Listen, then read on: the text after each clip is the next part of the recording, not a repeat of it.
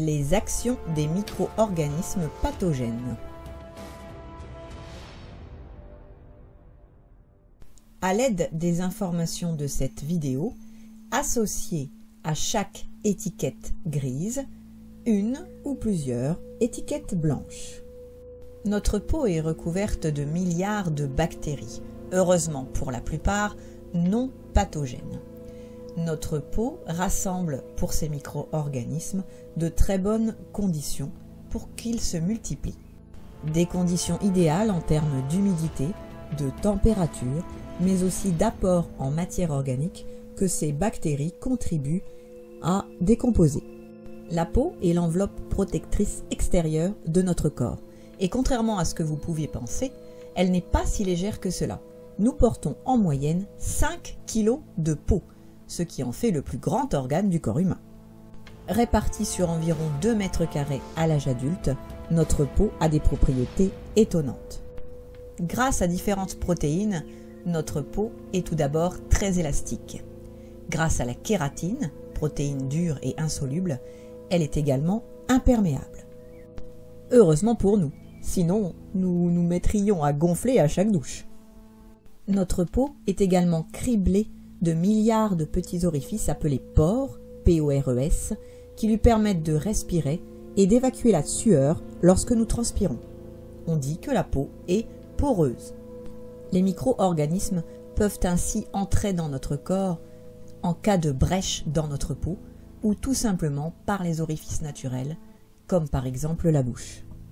Ils peuvent ainsi se transmettre au contact direct de notre peau si elle est blessée, par l'air, par la salive, par la consommation de produits contaminés, par des rapports sexuels non ou mal protégés, et bien sûr par le sang, par une blessure, avec des plantes infectées, des animaux ou des objets souillés. L'actualité nous rappelle fréquemment que les micro-organismes évoluent au cours du temps.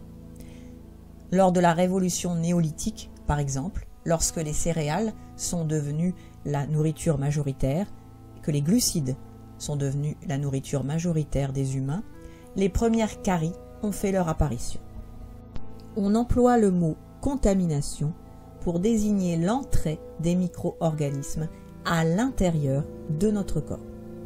La plupart du temps, l'histoire s'arrête là. Notre système immunitaire neutralise la plupart des micro-organismes pathogènes qui nous ont contaminés. Si notre système immunitaire n'arrive pas à nous défendre, les micro-organismes entrés dans notre corps peuvent commencer à se multiplier. C'est ce que l'on nommera une infection. L'infection désigne la multiplication de micro-organismes dans notre corps et l'ensemble des troubles qui en résultent. Les bactéries sont des micro-organismes qui vont se multiplier entre nos cellules.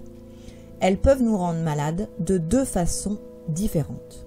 Soit elles ont une action indirecte. Elles libèrent des substances toxiques qui vont agir sur des organes de notre corps. Soit elles agissent directement sur l'un de nos organes. Les virus, quant à eux, sont présents absolument partout dans la nature. Ils peuvent être jusqu'à 1 million dans une goutte d'eau de mer et près de 100 millions dans un seul gramme de terre. Les virus sont la seule catégorie de micro-organismes à être toujours et obligatoirement pathogènes. Pas tous, cependant, envers les êtres humains. Ils sont toujours classés dans la catégorie des agresseurs, souvent représentés d'ailleurs sous la forme de petites bombes hérissées de pics. Les virus nous entraînent aux limites du visible. À titre de comparaison, si l'une de nos cellules de peau faisait la taille d'un éléphant, la taille d'un virus pourrait être celle d'un moustique. Or, les pouvoirs des virus sont inversement proportionnels à leur taille. Le mode opératoire des virus est quasiment toujours le même. Ils se fixent près d'une cellule d'un type cellulaire, dit cellule cible, à l'intérieur de laquelle ils vont injecter leur information génétique. Ils vont ainsi parasiter, détourner la machinerie cellulaire pour forcer la cellule à fabriquer de nouvelles unités virales. En ressortant de la cellule, les nouveaux virus entraînent la destruction de la cellule ainsi parasitée et les symptômes liés au virus pathogène.